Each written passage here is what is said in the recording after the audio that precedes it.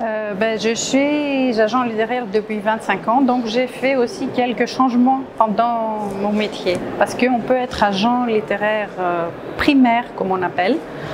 Je ne sais pas si on l'appelle comme ça en français, mais en anglais on dit primary agent, c'est-à-dire être un agent d'auteur, c'est-à-dire être le premier qui va lire un roman écrit par un auteur et demander un travail éditorial éventuel à l'auteur. Ça, c'est la première démarche d'un agent littéraire primary agent. Ensuite, je suis agent littéraire représentant des maisons d'édition étrangères dans mon pays qui est la Grèce pour vendre des droits de traduction. Donc ça, c'est un travail plus facile puisqu'on a des catalogues tout prêts. On a des textes complets, tout prêts, édités, et seulement à faire un choix par rapport au pays d'où je viens pour proposer aux éditeurs les livres, donc ces livres étrangers, de les proposer aux éditeurs pour qu'ils fassent la traduction. Et là, c'est le rôle de l'agent, c'est de choisir, de faire les bons choix par rapport au pays d'où ça vient et au pays cible. Donc il faut connaître ce que les éditeurs ont besoin, ce qu'ils recherchent, etc. Mais bon, ça c'est le travail normal d'un agent qui peut être aussi sous-agent pour d'autres agents dans leur pays. Moi, pour mes auteurs grecs que je représente à l'international, je travaille avec des sous-agents ou directement avec des éditeurs. Et dans mon pays, je représente aussi des langues que je ne parle pas. Quand j'ai commencé, j'ai voulu présenter des auteurs grecs à l'international. Je me suis très vite aperçue que c'était impossible de vivre de ça, de se payer un salaire de cette fonction. Et donc, du coup, j'ai tout de suite représenté des maisons d'édition françaises, parce qu'à l'époque, je vivais en France, et j'ai représenté des maisons d'édition françaises en Grèce. Mais en étant agent, comme c'est dans un public international, les foires sont internationales, etc., etc. Tout très vite aussi, j'ai été présentée par des éditeurs français à des confrères allemands, par exemple, ou anglais. J'ai moi-même cherché d'autres pays, d'autres langues, et puis le hasard des choses fait que finalement, on n'est pas obligé, dans un petit marché comme la Grèce, de représenter des livres que l'on a lus soi-même. On peut présenter des livres selon leur sujet, par exemple. Le genre. Avec les catalogues que préparent les éditeurs, on peut tout de suite avoir une capacité de présenter, avec évidemment une aide de la part des personnes qui s'occupent des droits dans chaque maison d'édition, avec lesquelles il faut établir 2 ou 3 ans, parler à chaque foire pour comprendre la sensibilité de chacun et les goûts de chacun, pour pouvoir ensuite avoir le bon œil sur ce que le livre est à chaque fois, l'auteur, la qualité de l'auteur, le genre, à qui ça peut s'adresser. J'ai fait des études de lettres. Ma formation avant de penser même de devenir agent, j'ai fait des études de lettres françaises en Grèce et de littérature comparée en France. Puis j'ai fait un DESS de traduction spécialisée. J'ai travaillé beaucoup sur la traduction dans les papiers que je préparais pour l'université. Et après, le travail éditorial, j'ai pas fait des études. À l'époque, il n'y avait presque pas, il n'y avait que des petites formations, mais pas vraiment, il n'y avait pas d'université, maintenant il y en a, qui font des études éditoriales. Donc après, je me suis formée sur le tas, d'une certaine manière, et avec l'expérience de la lecture, j'étais toujours une grande lectrice, donc quand je lis quelque chose, je peux dire si j'aime ou si j'aime pas, comprendre aussi pourquoi quelque chose ne marche pas, mais ça vient un peu à peu et avec de l'expérience, avec le temps, avec l'expérience, en comparant avec ce qu'on a lu dans le même genre, dans le même style, Voilà, donc j'ai pas eu de formation spéciale pour mon métier et j'ai appris, même pour les contrats, etc., les choses pratiques, je les ai apprises par les gens qui s'occupaient des droits dans les maisons d'édition. Et du coup, Une bonne histoire, c'est toujours une histoire à laquelle on s'attache, qui peut souvent, il y a un mythe qui se crée. C'est la manière, évidemment le style est très important, mais on ne peut pas dire qu'il y a des règles non plus. Je veux dire, bon, d'un point de vue commercial, il faut être bref, précis, etc. Mais bon, il y a aussi des romans qui ne sont pas brefs, qui ne sont pas très précis, mais qui font plein de, de tours autour et qui sont bons et qu'on aime bien. Je suis un peu contre les règles de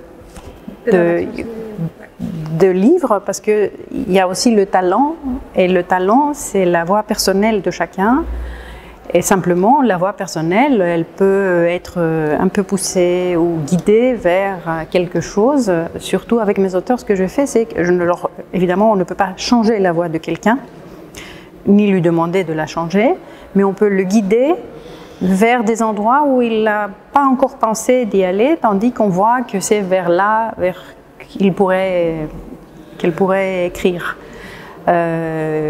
C'est assez rare que je parle des sujets, mais il m'est arrivé de voir un livre et de dire « mais pourquoi tu ne fais pas plus fort ce côté-là » le côté d'un sujet social, par exemple, qui apparaît mais qui n'est pas souligné.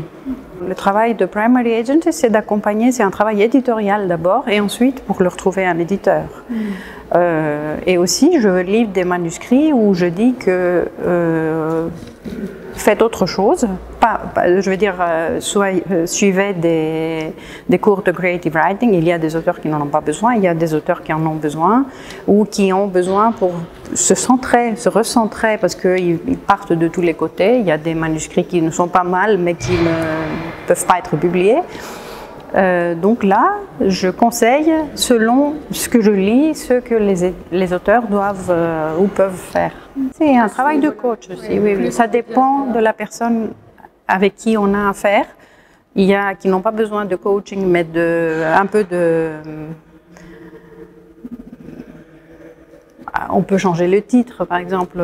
Je reçois aussi des romans où il n'y a pas grand-chose à changer, et je ne suis pas celle qui fait les corrections de texte, petites corrections avant de faire imprimer. Hein. C'est pas ce travail-là que je fais. Mais un travail sur le fond du livre et le sujet, les chapitres. Souvent, il faut repositionner les formats des chapitres, par exemple. Ça peut arriver.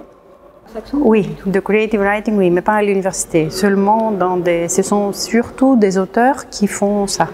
Voilà, ce sont même des maisons d'édition qui, dans leur espace culturel, quand ils en ont, font ça avec certains de leurs auteurs. Et donc, c'est soit pour les livres pour enfants, là, c'est par genre. Oh.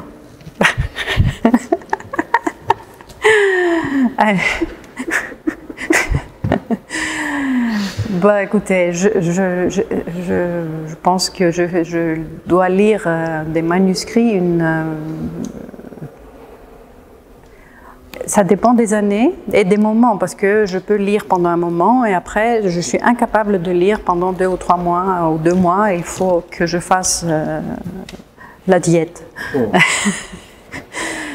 Parce que il faut vider, et puis on est plein d'images, de choses, on ne peut pas lire tout le temps. Donc, en effet, je n'ai jamais vraiment calculé. Il y a des années où je lis une trentaine, mais je peux lire aussi 4 par mois pendant l'été, où on a un peu moins de mouvement. Mais je pense qu'autour d'une dizaine, quinzaine, c'est plus parce qu'il y a ceux je ne prends pas du tout, donc où je lis très peu. Mais bon, de lire un manuscrit à sa totalité, ça doit être une vingtaine par an, entre 20 et 30, pas plus. Au coup de cœur et à la connaissance du marché. Donc, et là, c'est pas un critère. Je veux dire, je sais en lisant un livre, même si je l'aime pas beaucoup, parce que c'est pas le genre que j'adore, que je peux le vendre, que ça peut être édité. Mais donc le coup de cœur, c'est assez rare. C'est quand même, comme toute la littérature, on n'aime pas tout ce qu'on lit, on n'aime pas autant. La plupart ne sont pas centrés, ils n'ont pas de colonne vertébrale, pas centrée, colonne vertébrale. Ça peut partir en morceaux à droite, à gauche, on ne sait pas de quoi finalement l'auteur a envie de parler. Quand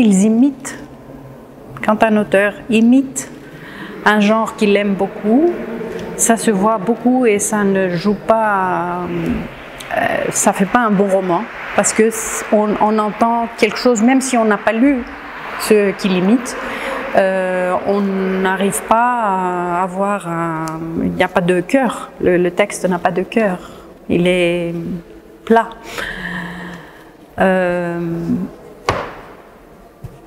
Mais je pense que c'est surtout la colonne vertébrale, c'est-à-dire il y a des romans où tu peux commencer, tu as l'impression que tu lis un roman policier, ça commence à devenir un thriller, après c'est plus un thriller mais une histoire d'amour, mais il n'y a pas la colonne vertébrale qui tient le livre et dire que oui, c'est un thriller avec du policier, avec dedans du policier, mais qui est aussi une histoire d'amour.